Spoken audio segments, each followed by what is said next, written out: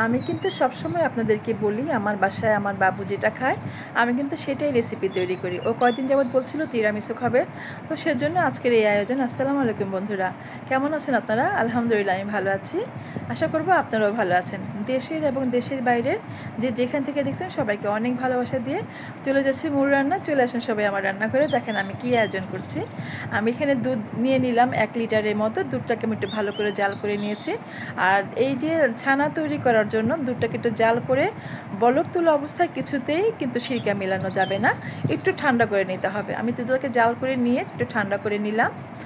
একটু এরকম কুসুম গরম থাকা অবস্থায় আমি 3 চামচের মতো সিরকা নিয়েছি, 3 চামচের মতো পানি নিয়েছি, একসাথে মিশিয়ে আলতো হাতে এইভাবে আস্তে আস্তে দিতে থাকবো। এটা আমি একবারে দিব না, 2 থেকে 3 বারে দিবেন, চেষ্টা করবেন আস্তে আস্তে দেওয়ার জন্য, এতে করে ছানাটা আপনার সুন্দর হবে। আমি এইভাবে ঘোরাচ্ছি, আবার দিয়ে দেবো, লাস্টে ফাইনাল সবটুকু দিয়ে দিলাম। এখন দেখেন এটা প্রায় 3-4 সেকেন্ড পরে বা 5 সেকেন্ড পরে এরকম পানিটা সবুজ হয়ে যাবে আর ছানাটা বেরিয়ে যাবে। দেখেন কত সুন্দর ছানা হয়ে গেছে। আর ছানা করার জন্য কিন্তু অবশ্যই দেশি খাঁটি গরুর দুধটা নেওয়ার চেষ্টা করবেন, কখনোই কেনা দুধে এটা করতে যাবেন না, তাহলে কিন্তু ছানাটা আপনার ভালো হবে না। এইরকম একটা বলের মধ্যে মোটা একটা কাপড় রাখবেন। আমি এরকম কাপড় রেডি করে রেখেছিল, এটা আমি ছানা ছেঁকে নেওয়ার জন্য এটা রেডি করে রাখি। উপর থেকে একটু পানি ফেলে দিয়ে এখন ছানাটাকে আমি ছেঁকে নিচ্ছি। 1 লিটার দুধে দেশি গরুর দুধ হলে কিন্তু ভালোই ছানা হয়, মোটামুটি অনেকখানি হয়েছে আমার। এই যে সবুজ পানিটাকে আমি একবারের জন্য ধুয়ে নেব, বেশি ধুবো না, কিন্তু বেশি ধুলে এটা ভালো লাগবে না, একটু টক টক ভাব থাকবে, ভালো লাগবে।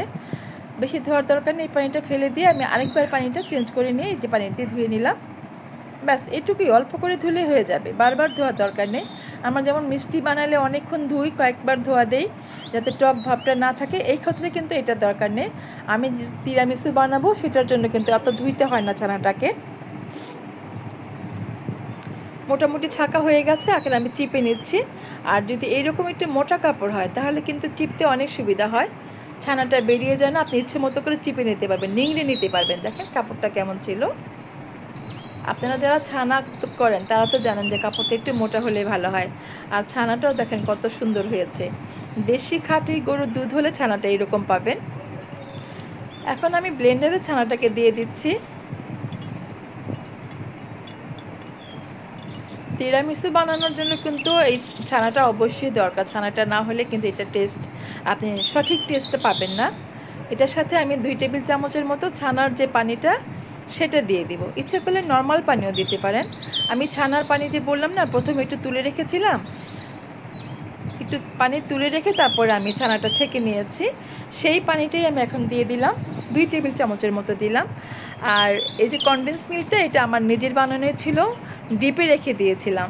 তো এটা যখন নর্মাল করার জন্য আমি পানিতে রেখেছি, একটু বেশি পাতলা হয়ে গেছে, তো এটা দিয়ে দিলাম, সমস্যা নেই। ডিপ থেকে বের করলে তো জানেন সব কিছু একটু পানি ছেড়ে দেয়।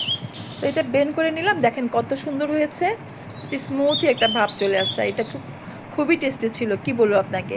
এখানে 1 কাপ পরিমাণের মতো হুইপ ক্রিম নিয়ে নিয়েছি। ক্রিমটাও কিন্তু আমি প্রায় 5-7 মিনিট আগে বের করে রেখেছিলাম ফ্রিজ থেকে। একেবারে জমাট বাঁধা বরফটা কিন্তু আসলে এইভাবে বিট করা যায় না, ছিটকে ছিটকে যায়, তো এটা বারবার শব্দ হয়, এর জন্য আমি একটু আগেই নামিয়ে রেখেছিলাম। আর এই যে নামানো ছানাটা কনডেন্স মিল্কের যে মিক্সচারটা এটা দিয়ে দিলাম, এটা দিয়ে ভালো করে একটু বিট করে নেবেন 5 থেকে 7 মিনিটের মতো। 5-7 মিনিট বিট করলে কিন্তু বিটটা অনেক ফমি ফমি হয়ে যায় এবং অনেকখানি ডাবল হয়ে গেছে। দেখেন এই পর্যায়ে আমি এটাকে এখন আর বিট করব না, হয়ে গেছে আমার বিট করা। আপনারা যারা বিট করেন ক্রিমের জন্য, আইসক্রিমের জন্য হুইপ ক্রিম, তারা কিন্তু বোঝেন হাতের আন্দাজে, আপনি দেখতে পারবেন একটা ভালো ফমি ভাব চলে আসছে এবং একটা সিল্কি ভাব চলে আসে। আর এখানে আমি ব্রেড সাইড থেকে যে ভাজা লাল অংশটা সেটা কেটে ফেলে দিয়েছি। ইচ্ছে করলে লেডি ফিঙ্গার যে বিস্কুটগুলো পাওয়া যায় বাজারে অ্যাভেলেবেল, সেটা দিয়েও করতে পারেন, আপনি ব্রেড দিয়েও করতে পারেন। আমি আজকে ব্রেড দিয়ে করলাম। ব্রেডটাকে একটু সাইজ মতো আমার মোল্ডের সাইজ অনুযায়ী আমি কেটে নিয়েছি, আপনারা যে মোল্ডে এটা বসাবেন সেই মোল্ডের সাইজ অনুযায়ী কেটে নেবেন। আপনাদের যেমন ইচ্ছা সেই মোল্ডেই বসাতে পারেন, আপনাদের সাইজ অনুযায়ী আপনারা কিন্তু এটা সাইজ করে কেটে নেবেন। আর নর্মাল রুম টেম্পারেচারে থাকা পানিতে আমি হচ্ছে এখানে 1 টেবিল চামচ উঁচু করে কফি দিয়ে দিলাম, সাথে 1 চামচ চিনি দিব, কেননা শুধু কফিটা একটু তিতা তিতা ভাব লাগবে, একটু চিনি না দিলে বাচ্চা খেতে চাইবে না, বাচ্চারা তো খাবে, সেজন্য আমি একটু বাসায় খাওয়ার জিনিসটা একটু মজা যাতে হয় সেটার প্রতি আমি কিন্তু সবসময় বলি, আপনাদেরকে আমি খেয়াল রাখি। ভালো করে বিট করে এটাকে আমি চামচের সাহায্যে একটা গুলিয়ে নিলাম সুন্দর। এটা কিন্তু গরম পানিতে করতে হয়, এই যে কফি কিন্তু গরম পানি ছাড়া কখনোই মিশে না, কিন্তু আমি নর্মাল পানিতে ভালো করে এটা মিশিয়ে নিলাম। আর গরম পানি দেওয়া যাবে না, তাহলে ক্রিমটা গলে যাবে, কিছুতেই গরম পানি দিবেন না, নর্মাল পানিতে কফিটা আপনারা ভালো করে মিক্স করে নেবেন।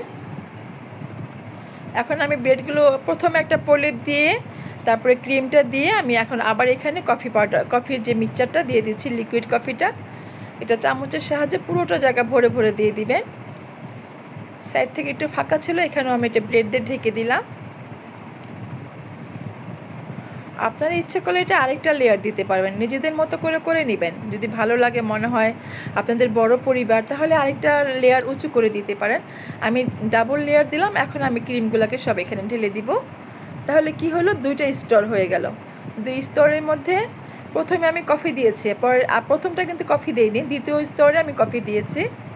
এখন আমি ক্রিমটাকে বেশি করে ঢেলে দিলাম, ভালো করে স্প্রেড করে দিব।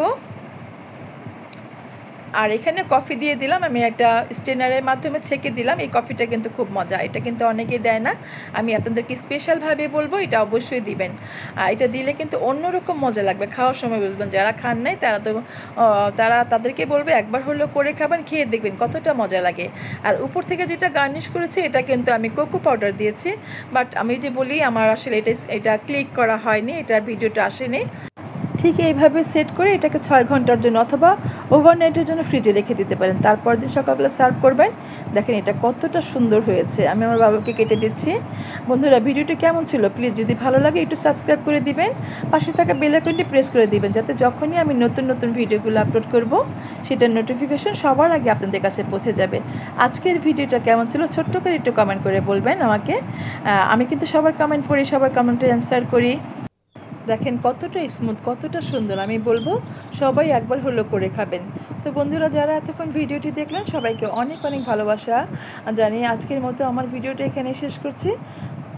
দেখেন আমি কেটে আমার বাবাকে খাইয়ে দিচ্ছি, এটা কতটা মজা ছিল, আপনারা অবশ্যই একবার হলো করে খাবেন। তো বন্ধুরা, দেখা হবে আবার নতুন কোনো ভিডিও, নতুন কোনো রেসিপি নিয়ে। সে পর্যন্ত আপনারা সবাই ভালো থাকেন, সবাইকে অনেক অনেক দোয়া আর ভালোবাসা দিয়ে শেষ করছি আমি মিনা। আল্লাহ হাফিজ।